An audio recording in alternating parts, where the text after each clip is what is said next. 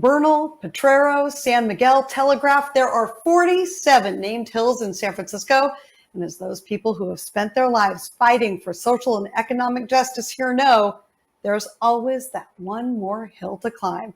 Our next guest is the arts editor at 48 Hills. That's San Francisco and the Bay Area's independent alternative news and culture site, founded by former editors and publishers of the San Francisco Bay Guardian. Welcome, Mark Bieschke from 48 Hills. Hi, Mark. Hey. Hi, thank you so much for having me. It's so nice to see you here. I know that the city organized a virtual nightlife and entertainment summit just this last Monday. Really, the whole point there was to address the state of nightlife, since so many bars, like music venues, are closed down. And I know you covered the summit, but then you also have a personal take on it too. But let's start with the journalism part. What's your biggest takeaway from the summit? Yes, this was the first real get-together of owners, bar workers, performers, DJs since the COVID shutdown. And, you know, the number very stark that came out of it. It was presented by the San Francisco Entertainment Commission. And they kind of gathered city officials in the first half to give a report about where we are right now. And as you can imagine, all of the bars and clubs, music venues, everything else shut down. The numbers were alarming. The first big number was that 18% of San Francisco is unemployed right now, an employment rate of 18%, and up to 50% of that is nightlife and entertainment workers. So that's huge for the business, almost a bulldozer going through the business. And hearing that said out loud was very striking. The other striking numbers that came out were that the city is really not looking for nightlife to come back in any semblance of what it was until the end of 2021. So that's about a year and a half away. Our nightclubs going, music venues going in any kind of capacity, let alone what they were before. They said in terms of fairs and festivals, which are huge tourist drivers, and of course, big economic factors for the city. The night entertainment business in the city is a $7.2 billion business. Fairs and festivals, which are a huge part of that, are probably not going to come back in full capacity until 2023. So hearing those numbers was just really alarming. Obviously, things can change until then. Governor Newsom has said that he's going to be allowing to accelerate opening as they see fit when they hit certain targets. But for a lot of gig workers, drag queens, DJs, artists, sound techs, really don't know when they're going to be employed again, and that's really, really scary. Mark, I just want to take you back for a second. Sorry about that. I just want to take you back for a second and just make sure I heard you correctly. End of 2021 for bars to reopen in the Bay Area? I'm sorry, let me pick my jaw up off the floor. Oh my God. When I heard that, I had the same reaction. And, it's really, bars and restaurants may start reopening in some capacity in the next few months. Definitely, maybe towards the end of the year, we're looking at a social distancing kind of situation for restaurants and bars where people will be able to sit outside. Alcohol will be able to be served and sold outside to ensure social distancing. Obviously, enforced at the door or inside. But for those nightlife experiences that we think of when we think of a night on the town, it's going to be not for a long time. And you also mentioned music festivals, not until 2023. I mean, I am having such a hard time wrapping my head around that. I mean, we know, somewhere out there that it's going to take a while, but thinking about 3 years, it's just, you said, it's like a bulldozer going right through this industry. It's like a tsunami going through the industry. It's hard to fathom. And my Very heart much. just goes out to everyone who works in that industry. And I know that the summit also talked about really the future of nightlife. And even though it's so far out, what might opening up bars and clubs look like, whether it's 2021 or opening up bigger venues 2023? What might that be like? Well, it was, although those numbers are really alarming, I felt like there was a positive vibe that came out of this summit as we're looking towards the future. Now, most people have been able to file for unemployment. We have some wonderful community structures set up to help those in need in the industry. So a lot of people are at least feeling like they can look towards the future. As for what it might look like, as I mentioned, there's going to be a lot of enforcement of masks and social distancing, a lot of very gradual open up. Large venues will be treated a little bit different than small venues, and capacities are going to be very, very well enforced. But what some positive things that came out of it were, and these are real silver linings, but the fact that Mhm. larger concert acts have had to cancel their tours means that when these venues, local artists and musicians will be called on to fill them up.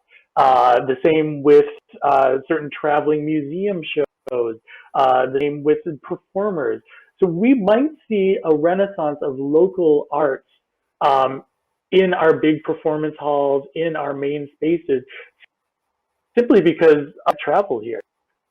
So, that's one silver line, but it'll be a big opportunity and lead to more. Oh, I love that. I love that you're looking at those Yeah. silver linings. I mean, that is the best that most of us can hope for right now. And in the Bay Area, we have so many incredibly talented people. So I'm anxious just to get back out and Yeah. see some of those local performances and performers. Also, I'm wondering, Mark, how are nightlife workers and performers feeling right now? And what are some of the biggest ways people like me who just really live here for that kind of extra activity in this area, how can we help? That's a great question. Thank you. And, a lot that was talked about was how performers have really created shifting online. There's online drag shows, online DJ performers and artists telling you how to do things, teaching lessons. Um, there's almost too much of that to keep I feel the day because I've visited with so many different performers. But I think find those performers and patronizing them online and tipping them online has been a huge help.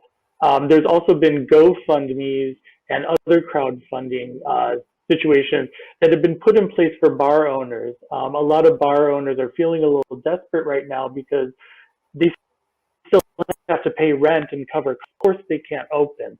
And so going to your favorite bar's website or your favorite nightclub's website, finding their GoFundMe, almost everyone has one right now, and contributing if you can is really the biggest help right now.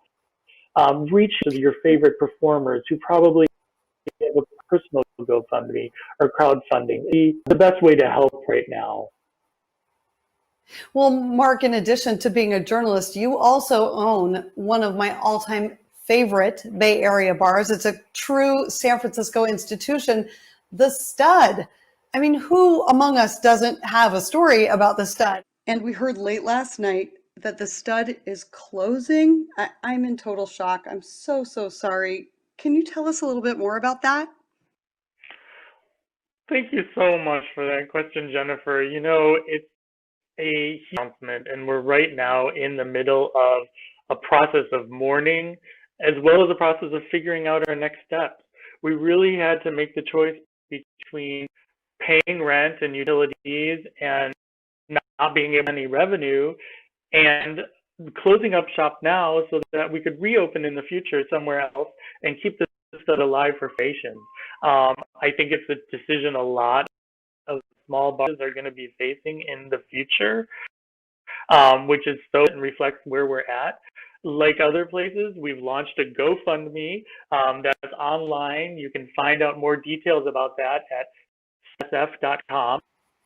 As we planned a funeral for this space, because this is a place where so many people grew up, so many people had their first experience. I think you're in that cohort too, Jennifer, and so we wanted to have a proper send-off for this space that so many people have for so many years. 33 years we've been in this space, and we've been operating for 55 years. So it's a big thing. We'll be having a drag funeral space online on May 31st. So we'd like to invite everybody to come to that and share their condolences and wonderful memories. And more details about that will be on the Stud website as well, studsf.com. So right now we're just so sad, but we're looking forward to a time when we can reopen in the future with every other bar and club in the city and bring us back to life. I feel like the love from the community has been so supportive of us. Yeah, incredible. Mark Bieschke, publisher and art editor of 48 Hills and one of the collective owners of The Stud. And as you've heard, The Stud has now announced that it is closing permanently. David, I am in shock and I'm so sad. This pandemic, you know, there are very few things that have driven home the lasting implications of this pandemic in such an incredible way. I was telling Mark earlier that, you know, being the little country bumpkin coming to the big city, I had never ridden a bus before, let alone, you know, gone out clubbing. And one of my first and best experiences throughout college was going to the Stud late at night and dancing with all my best friends. You know, you could go there. It was loving.